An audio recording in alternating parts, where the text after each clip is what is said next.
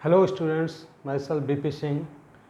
आज का जो टॉपिक है एनर्जी, सब्जेक्ट एनर्जी कंजर्वेशन, ऊर्जा का संरक्षण, और जो टॉपिक लेके चल रहे हैं वो एनर्जी और सोर्स ऑफ एनर्जी। तो यहाँ पर जो हमारा सब्जेक्ट है एनर्जी कंजर्वेशन, उसमें पहले हम एनर्जी को स्टडी करेंगे, एनर्जी क्या होती है, उसका इम्पोर्टेंस क्या है, और इसके बाद कंजर्वेशन पर आएंगे। तो सबसे पहले देखते हैं एनर्जी क्या है। जैसा कि हम जानते हैं कि हमारे डे टू डे जो काम होते हैं, हमारे अपने चलने के लिए भी एनर्जी की ज़रूरत होती है। एनर्जी को अगर हम डिफाइन करते हैं तो जैसा कि हम फिजिक्स में पढ़ चुके हैं, एनर्जी क्या है? Energy it is capacity of doing work, अर्थात ऊर्जा जो काम करने की क्षमता रखती है। तो ये जो है वो कार्य करने की जो क्षमता होती है उसी को हम जो है एनर्जी कहते हैं। एनर्जी का जो हमारे जीवन में महत्व है कि आज हम बिना एनर्जी के कुछ चीज़ इमेजिन ही नहीं कर सकते। जो हम चल रहे हैं तो अभी जो है एनर्जी की ज़रूरत होती है, और जो भी काम कर रहे हैं, चाहे लाइटिंग हो, चाहे फैन का हो, या फिर जो भी ट्रांसपोर्टेशन, हर जगह जो हमारे जीवन का है उसमें जो है एनर्जी की ज़रूरत होती है। तो ये एनर्जी का जो सोर्स हैं, एनर्जी हमें कहाँ से प्राप्त होती है तो उसके बारे में बात करेंगे। वैसे तो हमने जैसे पहले टाइप ऑफ एनर्जी, तो टाइप ऑफ एनर्जी में बेसिकली हमने क्या पढ़ा था कि ये दो तरह की होती है। वो एक होती है पोटेंशियल एनर्जी, दूसरी काइनेटिक एनर्जी। तो ये जो पोटेंशियल एनर्जी जो उसके पोजीशन की वजह से होती है तो उसको तो कहते हैं हम पोटेंशियल एनर्जी, और किसी वस्तु में मोशन की वजह से होती है, उसकी बैलिस्टिक वजह से होती है तो उसको हम जो है काइनेटिक एनर्जी बोलते हैं। इसके अलावा हमने दूसरी एनर्जी के बारे में भी पढ़ा है, जैसे कि electrical energy, magnetic energy, gravitational energy, और इसके बाद जो प्रेशर एनर्जी, हाइड्रोलिक एनर्जी। तो ये सारी एनर्जी, तो ये टाइप में हम न जा करके हम बेसिकली जाएंगे वो सोर्सेस ऑफ एनर्जी। तो सोर्स ऑफ एनर्जी क्या होते हैं, एनर्जी हमें कहाँ से मिलती है? तो जैसे हम देखते हैं कि एनर्जी का जो सोर्स है, जो स्रोत होता है, वो मेनली जो है माइंस और जो हमारे वेल्स, गैस वेल्स वगैरह होते हैं, माइंस जहाँ से हमें कोयला निकलते हैं या जहाँ से हम जो क्रूड ऑयल वगैरह निकालते हैं। तो ये जो इसका जो स्रोत होते हैं, तो इसको जहाँ से हम पहला स्रोत तो हमारा अंडरग्राउंड ही है, जो कि हम ज़मीन के या भूमि के गर्भ से इसको जो है प्राप्त करते हैं। इसको हम फॉसिल फ्यूल्स बोलते हैं। Fossil fuels in the sense चाहे वो जो है कोयला हो या फिर जो है पेट्रोल, डीजल और भी गैस वगैरह। तो ये जो फॉसिल फ्यूल्स वगैरह होते हैं, इनको हम जो है अलग अलग तरह से क्लासीफाई करते हैं। इसके अलावा जैसे एनर्जी सोर्सेस में सबसे पहले हमने जो देखा कि जो हमारे इसको क्लासिफिकेशन जो करेंगे, तो क्लासिफिकेशन हम जो है अलग अलग तरह से कर सकते हैं। तो सबसे पहले क्लासिफिकेशन होता है एनर्जी का, वो होता है ये प्राइमरी एनर्जी और सेकेंडरी एनर्जी। प्राइमरी एनर्जी क्या होती है कि जो एनर्जी हम डायरेक्ट कस्टमर और यूज़र यूज करते हैं। सपोज़ जो भी एनर्जी हम डायरेक्ट यूज़ करते हैं तो उसको जो है डेरिवेटिव नहीं होती, वो जो है डायरेक्ट हम इस पिक्चर के अनुसार देख सकते हैं कि जैसे कोई गैस वेल है, गैस वेल से जो है प्रोडक्ट आया, ट्रीटमेंट किया, उसको हमने गैस का ट्रीटमेंट किया, तो ट्रीटमेंट के बाद जो है हमें नेचुरल गैस मिल गई, और नेचुरल गैस को हमने दोबारा से फिर इसको यूज किया बॉयलर में या पावर प्लांट में। तो जब हमने इसे बॉयलर में यूज़ किया तो हमें स्टीम मिली। तो ये जो नेचुरल गैस है, नेचुरल गैस तक जो हमारा प्रोडक्ट है, ये जो हमारा जो फ्यूल आता है, इसको हम प्राइमरी एनर्जी में क्लासीफाई करते हैं। दूसरा, जिस तरह से कि कोल माइंस से जो है ना कोल निकाला जाता है, इसके बाद वाशिंग के बाद हमें कोल प्राप्त हो जाता है। ये जो क्राइटेरिया होता है वो होता है हमारा कि ये जो कोल मिला, यहाँ पर ये नेचुरल गैस मिली, और इसके बाद जैसे क्रूड ऑयल वेल से जो निकालते हैं, इसके बाद इसे रिफाइनरी में लेके जाते हैं, रिफाइनरी से हमें जो है एलपीजी, पेट्रोल, डीजल और पेट्रोकेमिकल वगैरह मिलते हैं। तो ये जो पेट्रोल, डीजल, एलपीजी वगैरह मिली, तो ये जो है हमारी ये प्राइमरी एनर्जी है। इसके बाद जैसे यूरेनियम माइंस हैं, वहाँ से हम जो है इसका यूरेनियम का एनरिचमेंट करते हैं, और एनरिचमेंट करने के बाद इसको हम पावर प्लांट में सप्लाई करते हैं। इसके बाद जो हमें प्राप्त होता है वो ये जो पावर प्लांट में सप्लाई करने से पहले जो यूरेनियम मिलता है हमें, ये यूरेनियम जो मिलता है, यूरेनियम, तो ये जो नेचुरल गैस या कोल और इसके बाद एलपीजी, पेट्रोल, डीजल और ये यूरेनियम, इनको हम जो है क्या बोल देंगे, प्राइमरी एनर्जी। और इनसे जो एनर्जी डेरिवेट की जाती है तो उस एनर्जी को हम बोलेंगे वो सेकेंडरी एनर्जी। जिस तरह से कि नेचुरल गैस को हम अगर जो है स्टीम बॉयलर में यूज करेंगे तो हमें स्टीम मिल जाती है, पावर प्लांट में यूज करेंगे तो हमें इलेक्ट्रिसिटी मिल जाती है। इसी तरह से ये कोयले को हम जो है स्टीम प्लांट में यूज करते हैं, तो स्टीम बॉयलर में जब हम यूज करेंगे तो हमें स्टीम मिल जाएगी, और इसके बाद जो है पावर प्लांट में यूज करेंगे तो इलेक्ट्रिसिटी मिल जाएगी।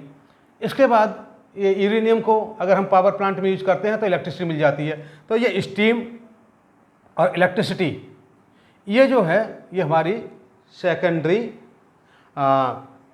एनर्जी, इनको हम सेकेंडरी एनर्जी कहेंगे।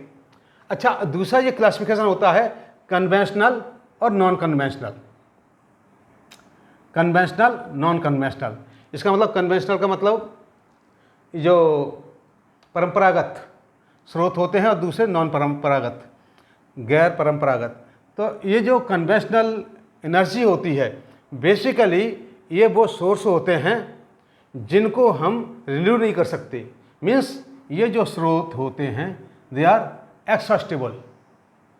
ये स्रोत जो होते हैं कन्वेंशनल एक्सहॉस्टेबल, मतलब वो खर्च हो जाते हैं, वो दोबारा से रीयूज में नहीं हो सकते। सपोज कोयला है, कोयला को हम जलाएंगे फिर हमें जो है एनर्जी मिल जाएगी, लेकिन हम कोयला को एनर्जी से फिर कोयला को दोबारा से रिगेन नहीं कर सकते, उसको हम जो है दोबारा से नहीं प्राप्त कर सकते हैं। तो ये जो एक बार यूज हो गया मीन्स इट इज़ गॉन। तो इस तरह से जो एनर्जी, जिन सोर्स ऑफ एनर्जी में जो सोर्स है वो ख़त्म हो रहा है, मतलब एक्सहॉस्ट हो रहा है।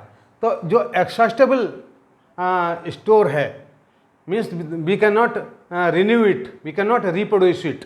तो ये कन्वेंशनल जो एनर्जी होती है दैट इज़ नॉन रिन्यूएबल। ये जो है नॉन रिन्यूएबल एनर्जी भी कहते हैं, और ये जो है कंज्यूम होती चली जाती है। इसका मतलब after some time it will be over, ये सब खत्म हो जाएगी।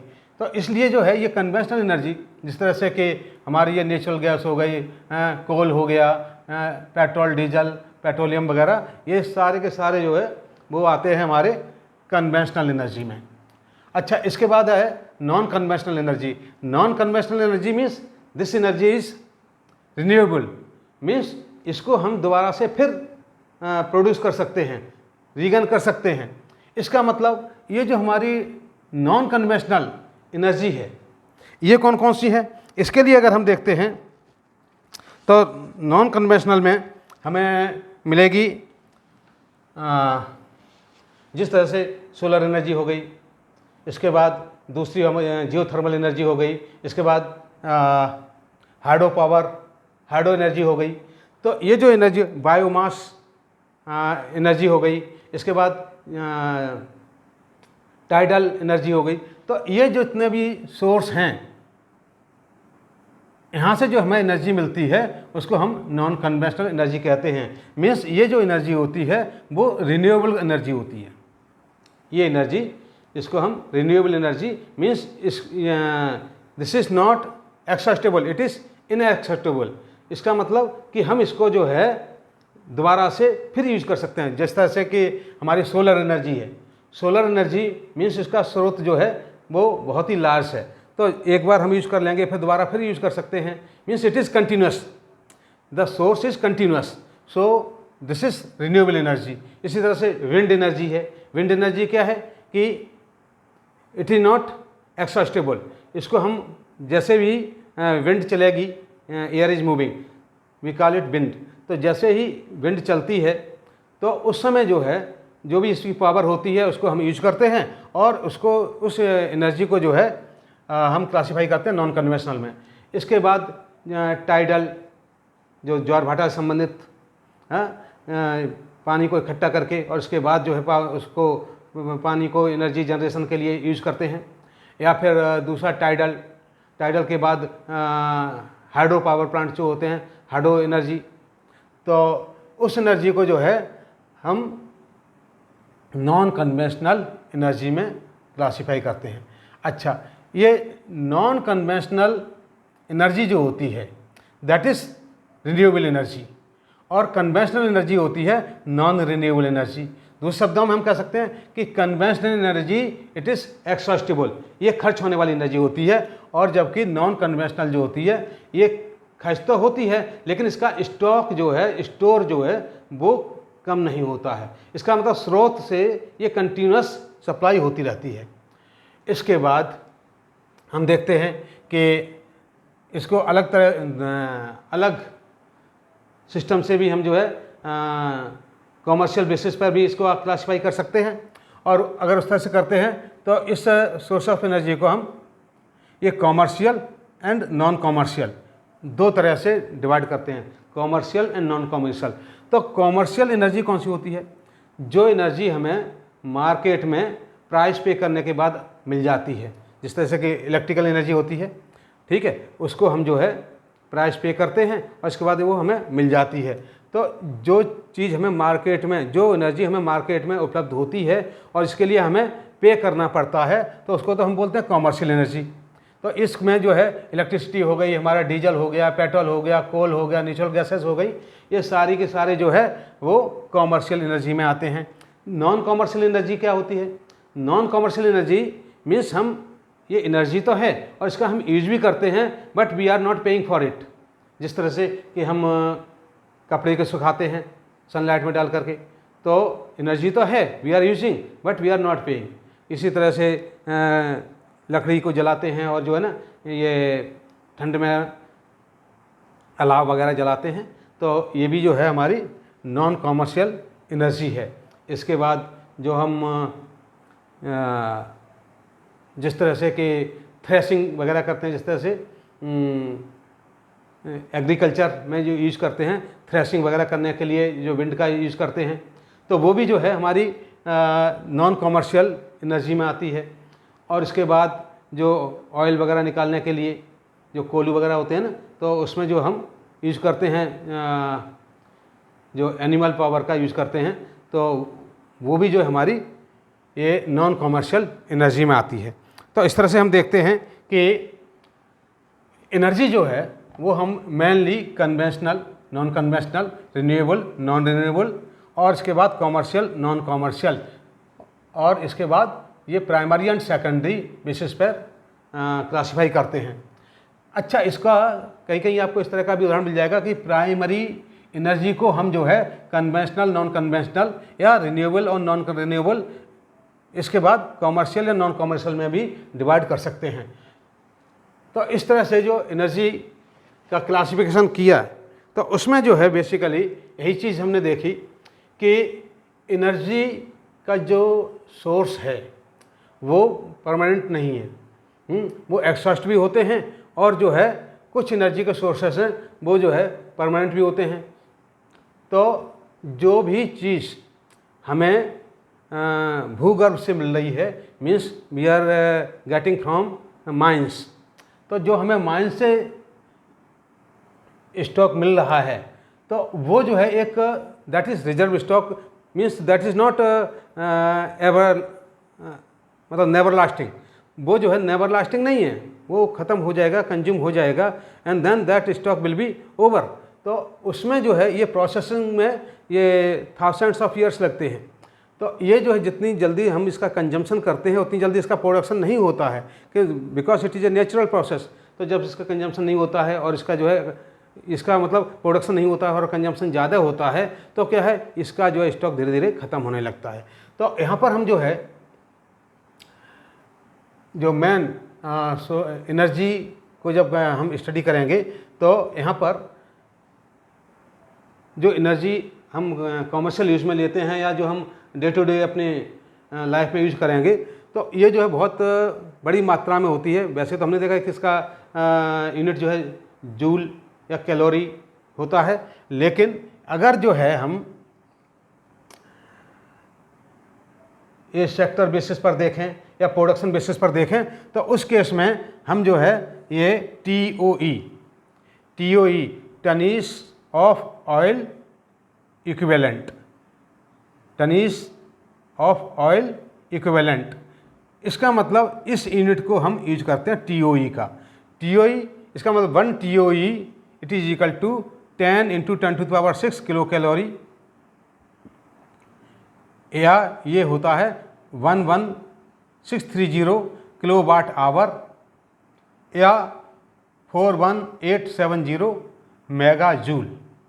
तो इस तरह से हम TOE में, क्योंकि जो कंट्री का प्रोडक्शन होता है उसको हम नॉर्मली TOE में ही व्यक्त करते हैं।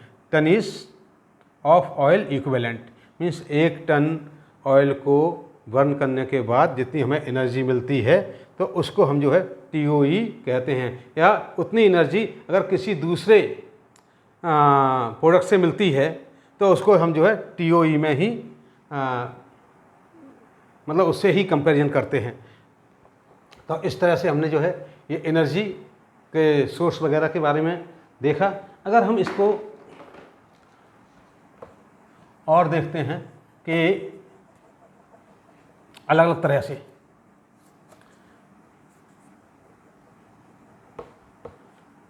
हमने अभी इसका ये क्लासिफिकेशन तो देख लिया।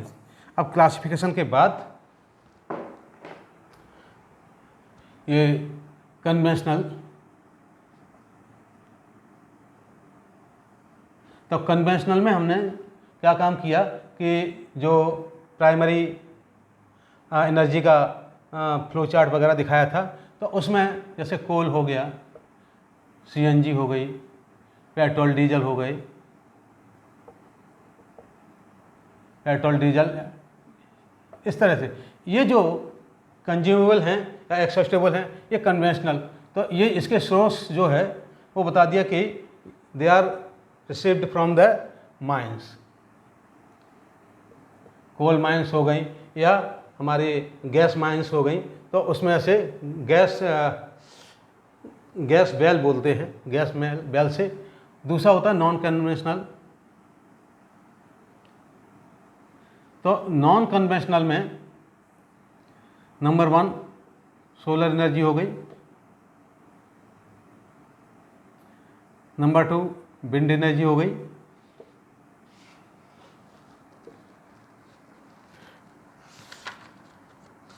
और इसके बाद बायो एनर्जी,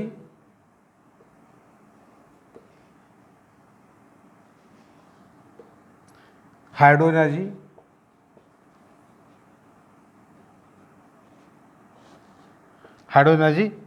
वेव या टाइडल एनर्जी,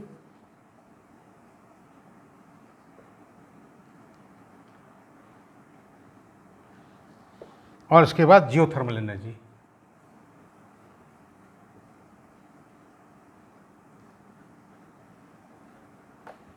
तो ये जो डिफरेंट टाइप की एनर्जी होती हैं इनको हम नॉन कन्वेंशनल एनर्जी में क्लासिफाई करते हैं। अच्छा, अब इसमें जो है, इसमें हम जो है इसका जो मेन सोर्स है that is sun. Whatever energy we are getting from sun in form of radiation, ठीक है, we are using that energy and converting it to in the electrical energy. Means जो सूर्य से हमें energy मिलती है, ऊर्जा मिलती है, उसको हम जो है एक पर्टिकुलर प्रोसेस सेल के द्वारा या जो है जो हमारे फोटो वोल्टेनिक सेल्स वगैरह होते हैं उसके द्वारा हम कन्वर्ट करते हैं। दूसरा विंड एनर्जी जहाँ पर कंटिन्यूस ये हवा का प्रभाव रहता है तो वहाँ पर हम जो है ये wind mill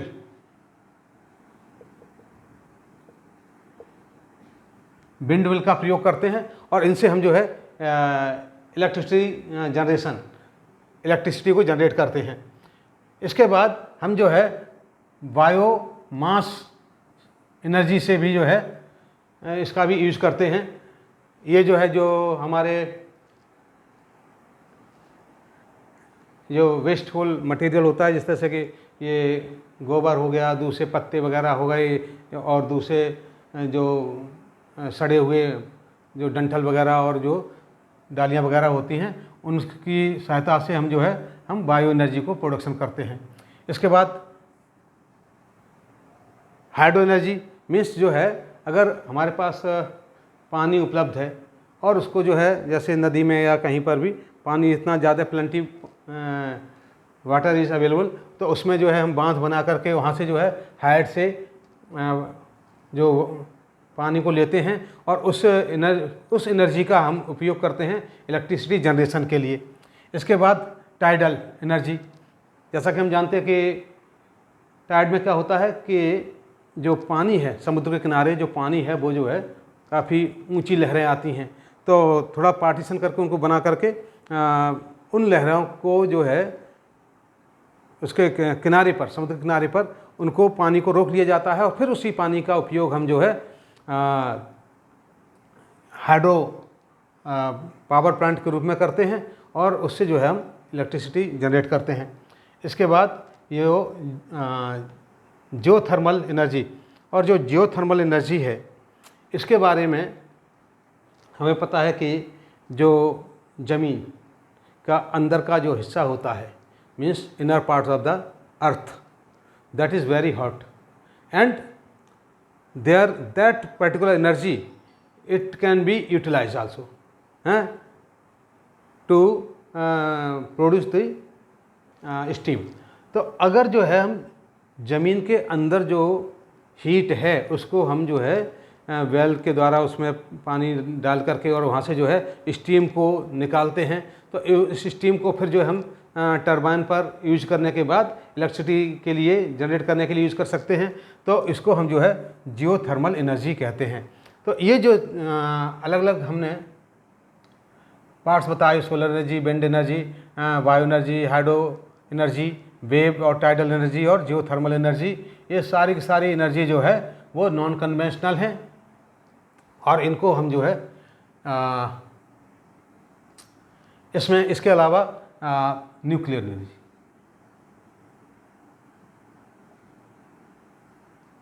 nuclear energy basically ये जो है क्योंकि इसका प्रोडक्शन बहुत कम है इसलिए नॉन कन्वेंशनल में क्लासिफाई करते हैं, लेकिन अब जो है क्योंकि इसका भी स्रोत जो है सीमित है, इट इज एक्सॉस्टेबल, इसलिए हम इसको जो है कन्वेंशनल में भी क्लासिफाई कर देते हैं। तो यहाँ पर जो है हमने कन्वेंशनल और नॉन कन्वेंशनल को देखा। तो इसके बाद जो अगला जो हम चैप्टर कवर करेंगे वो हमारे पास इसका कितना रिजर्व है, कितने दिन में यूज हो सकता है और किस स्टेट वाइज इसका किस तरह से डिस्ट्रीब्यूशन है, चाहे माइंस का ले लेंगे, कोल्स का ले लेंगे हैं, और दूसरा हाइड्रो पावर का क्या उसका क्या पोर्शन है, मीन्स क्या क्या इसका कंट्रीब्यूशन है, कितनी एनर्जी कितना किस किस प्रोपोर्शन में अवेलेबल रहती है, इस चीज़ का हम स्टडी करेंगे। तो ये जो हमारा बेसिक कॉन्सेप्ट था वो था एनर्जी का, क्योंकि जब हम एनर्जी पता होगी, एनर्जी के सोर्स पता होंगे, एनर्जी का क्लासिफिकेशन पता होगा, ठीक है, फिर हम इस बात को पता करेंगे कि एनर्जी जो हम डेली यूज़ कर रहे हैं इसको किस तरह से इसके यूज को किस तरह से इकोनॉमिक किया जाए, मीन्स हम जो है कम से कम पैसे में ज़्यादा से ज़्यादा एनर्जी को किस तरह से यूज़ कर सकते हैं और उसका इकोनॉमिक यूज़ किस तरह से कर सकते हैं कि उसको हम देखेंगे। तो आज के लिए इतना ही। Thank you very much.